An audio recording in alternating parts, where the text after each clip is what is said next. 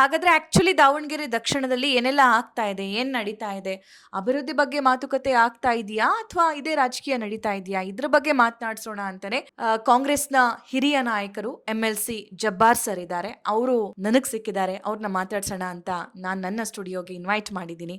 ನಮಸ್ಕಾರ ಸರ್. ನಮಸ್ಕಾರ. ಕಾರ್ಯಕ್ರಮಕ್ಕೆ ಸ್ವಾಗತ. Thank you. ಹೇಗಿದ್ದೀರಿ? ಚೆನ್ನಾಗಿದ್ದೀನಿ.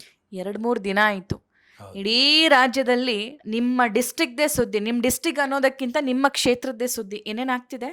ನಮ್ಮ ಜಿಲ್ಲೆ ಯಾಕಂತ ಸುದ್ದಿ ಆಗ್ತಾ ಇದೆ ಅಂದರೆ, ರಾಜ್ಯಕ್ಕೆ ಸೆಂಟ್ರ್ ಆಗಿರತಕ್ಕಂಥ ನಮ್ಮ ಜಿಲ್ಲೆ, ಅದಕ್ಕೆ ಅದು ಈಗ ಎಲೆಕ್ಷನ್ನು ಇಷ್ಟು ದಿನ ಆರಾಮಾಗಿ ಜನ ಕೇಳ್ಕೊತಾ ಇದ್ರು. ಈಗ ಹೊಸದಾಗಿ ಈಗ ಕಾವು ಯಾಕೆ ಪಡೆದಿದೆ ಅಂತ ಹೇಳಿದರೆ, ಅಲ್ಪಸಂಖ್ಯಾತರಲ್ಲಿ ಟಿಕೆಟ್ ಕೇಳ್ತಾ ಇದೀವಿ ಅಂಥೇಳಿ ಅಲ್ಲಿ ಕಾವು ಜಾಸ್ತಿ ಆಗಿದೆ. ತಪ್ಪೇನಿದೆ?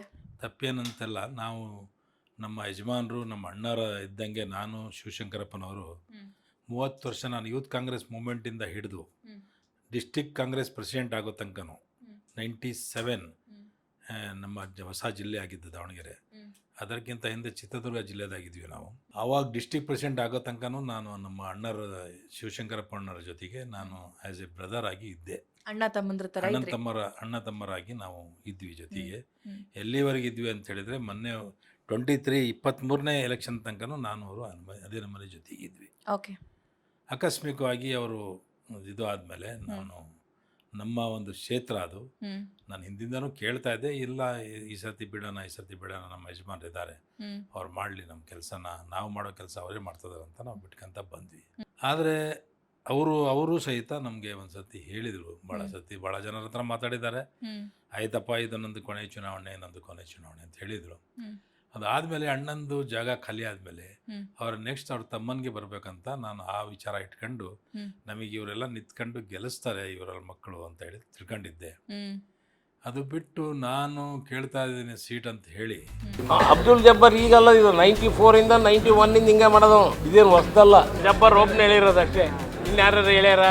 ಅವ್ರ ಮಗನಿಗೆ ತರುವಂಥ ಪ್ರಯತ್ನ ಮಾಡ್ತಿದ್ದಾರೆ ಅಂತ ಸುದ್ದಿ ಬಂದಿದೆ. ಅದ್ರ ಮಗನಿಗೆ ಸುದ್ದಿ ಅವ್ರಿಗೆ ನಾನು ಕೇಳಿದ ಮೇಲೆ ನಾನು ಏನು ರಿಯಾಕ್ಷನ್ ಏನು ಹೇಳಿಲ್ಲ. ಪಾರ್ಟಿ ಟಿಕೆಟ್ ಕೊಡೋದು ಹೈಕಮಾಂಡಿಗೆ ಬಿಟ್ಟಿದ್ದು, ನಮ್ಮ KPCC ನಮ್ಮ ಮುಖ್ಯಮಂತ್ರಿಗೆ ಬಿಟ್ಟಿದ್ದು. ನಾನು ಅಲ್ಪಸಂಖ್ಯಾತ ನಾಯಕ ಅಂತ ನಂತವ ಇಲ್ಲಂದು ಯಾರು ಹೋಗಿ ಕೇಳ್ತಾರೆ? ಕೇಳಿದ್ದೀವಿ, ಕೇಳೋದ್ರಲ್ಲಿ ತಪ್ಪೇನಿದೆ? ಕೇಳಲೇಬೇಡ್ದಾ? ಅಲ್ಲಿ ಅವ್ರ ಮನೆಯಾಗೆ ತಾಯಿ MP, ತಂದೆ ಮಿನಿಸ್ಟರು ಮತ್ತು ಅವ್ರ ಮಗನಿಗೆ ಟಿಕೆಟ್ ಕೊಟ್ಟರೆ ಕಾಂಗ್ರೆಸ್ ಪೂರ ಒಂದು ಫ್ಯಾಮಿಲಿಗೆ ಬಿಟ್ಟು ಕೊಡಂಗೆ ಆಗ್ತೈತಿ. ನಾನೇನು ಕೇಳ್ತಿಲ್ಲ ಅಂತಿದ್ದಾರಲ್ಲ ಅವರು. ನೀವು ಕೇಳಂಗಿಲ್ಲ ಅಂತಲ್ಲ, ನಾನು ಈ ಮಾತು ನಿಮಗೆಲ್ಲ ಹೇಳ್ತಾ ಇರೋದು, ನಾನು ಹೈಕಮಾಂಡಿಗೆ ಹೇಳ್ತದೆ ಅಂತ ತಿಳ್ಕೊಳ್ರಿ. ನೀವು ಹೈಕಮಾಂಡಿಗೆ ಹೇಳ್ತದೇನೆ ಅದು ತಿಳ್ಕೊಳ್ಳಿ. ಹೈಕಮಾಂಡು ಮತ್ತು ರಾಜ್ಯ ನಾಯಕರುಗಳಿಗೆ ಇದು ಮಾತು ತಿಳಿಸ್ತಾ ಇದ್ದೀನಿ ಅಂತ ನಾನು ತಿಳ್ಕೊಳ್ಳಿ ನೀವು. ಆ ಒಂದು ವಿಚಾರವಾಗಿ ನಾನು ಫಸ್ಟ್ ಪ್ರೆಸ್ ಕಾನ್ಫರೆನ್ಸ್ ಮಾಡಿದಾಗಿಂದನೂ ಇದೇ ಸುದ್ದಿ ಭಾಳ ಬಿಸಿಯಾಗಿ ನಡೀತಾ ಇದೆ. ನನಗೆ ಮಾತ್ರ ಇಡೀ ನಮ್ಮ ದಾವಣಗೆರೆ ಸೌತ್ನಲ್ಲಿ ಇರೋಂಥ ಎಲ್ಲ ಸಮಾಜದ ಬಾಂಧವರು ನನ್ನ ಹತ್ರ ಬಂದು ನೀವು ನಿಂತ್ಕೋಬೇಕಂತ ನನಗೆ ಪ್ರೆಸರು ಹಾಕಿದ್ದಾರೆ.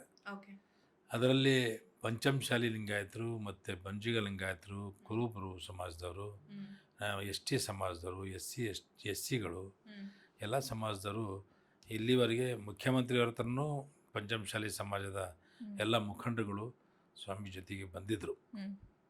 ಅವರೆಲ್ಲರೂ ಮುಖ್ಯಮಂತ್ರಿಯವ್ರಿಗೂ ಭೇಟಿ ಆಗಿದ್ರು. ಮತ್ತು ಕುರುಬರು ಸಮಾಜದವರು ಬಂದಿದ್ದರು, ಭೇಟಿಯಾಗಿದ್ದರು. ನನಗೆ 3 ವರ್ಷ, ಇನ್ನೂ 2.5 ವರ್ಷ ನಂದು MLC ಇದೆ. ನನಗೇನು ಇವ್ರು ಯಾರೂ ಏನೂ ಮಾಡಿಲ್ಲ. ನನ್ನ ಒಂದು ಸೀನಿಯಾರಿಟಿ ಪ್ರಕಾರ ನನ್ನ ಹೈಕಮಾಂಡ್ ನನಗೆ ತಿಳಿದು ನನಗೆ ಅಧ್ಯಕ್ಷರು ಮಾಡಿದ್ದು ಹೈಕಮಾಂಡೇ, ನನಗೆ ಮುಂದೆ MLC ಮಾಡಿರೋದು ನನಗೆ ಹೈಕಮಾಂಡೇ. ಅದ್ರಾಗ ಎರಡನೇ ವಿಚಾರನೇ ಇಲ್ಲ.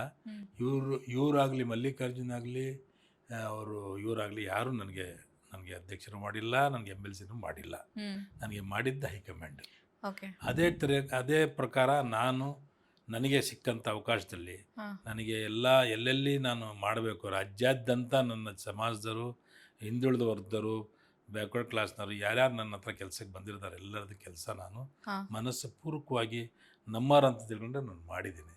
ಅದರ ಪ್ರಕಾರ ನನ್ನ ಜಿಲ್ಲೆಯಲ್ಲಿ ಅನೇಕ ಕೆಲಸ ಮಾಡಿದ್ದೀನಿ.